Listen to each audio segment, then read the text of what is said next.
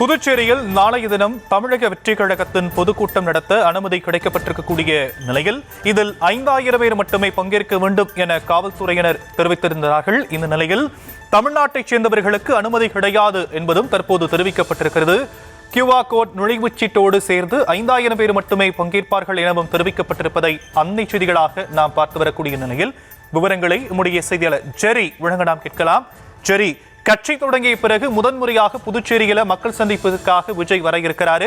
என்னென்ன விஷயங்கள் பேசப்பட போது என்பது ஒரு பக்கம் இருந்தாலும் ஏற்பாடுகள் எந்த அளவுக்கு செய்யப்பட்டிருக்கு?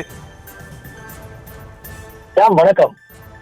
கரூர் துயர சம்பவத்திற்கு பிறகு தமிழக வெற்றி கழகத்தினுடைய மக்கள் சந்திப்புகள், பொதுக்கூட்டம் மற்றும் நிகழ்ச்சிகளுக்கு கடும் கட்டுப்பாடுகள் விதிக்கப்பட்டு வருகிறது. அந்த நிலையில் தான் நாளைய தினம் காலை 10:30 மணி அளவில் இந்த மக்கள் சந்திப்பு நடைபெற இருக்கிறது. இந்த நிகழ்ச்சிக்கு பல்வேறு கட்டுப்பாடுகள் விதிக்கப்பட்டிருக்கிறது.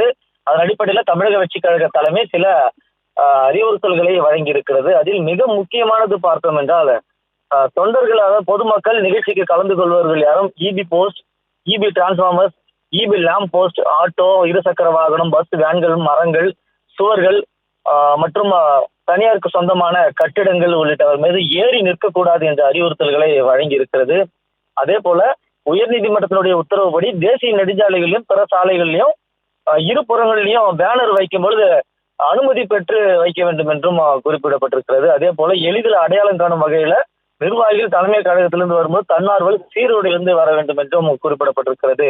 அதே போல கர்ப்பிணி பெண்கள், கை குழந்தைகள், முதியவர்கள் உள்ளிட்டோருக்கு இங்கு அனுமதி இல்லை என்றும் குறிப்பிடப்பட்டிருக்கிறது.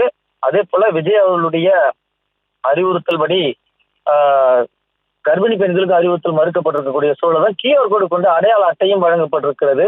அந்த அடையாள அட்டை 5000 பேருக்கு தான் வழங்கப்பட்டிருக்கிறது. அதே போல பாண்டிச்சேரியில் நடக்கக்கூடிய நிகழ்ச்சி என்பதால பாண்டிச்சேரி மக்களுக்கு மட்டுமே இங்க அந்த QR கோடு நுழைவு அட்டை வழங்கப்பட்டிருக்கிறது. தமிழ்நாட்டை சேர்ந்தவர்களுக்கு அனுமதி மறுக்கப்பட்டிருக்கிறது. காரணம், பிற மாவட்டங்கள் மற்றும் தமிழ்நாட்டிலிருந்து வருபவர்களால் அதிகப்படியான கூட்டம் கூடும் என்பதனால் இந்த கூட்ட நெரிசல்ல அசம்பாவிதம் ஏற்பட்டுவிடக் கூடாது என்பதற்காகவே காவல்துறையினுடைய அறிவுறுத்தலின்படி 5000 பேருக்கு மட்டுமே இந்த QR கோடு வழங்கப்பட்டிருக்கிறது.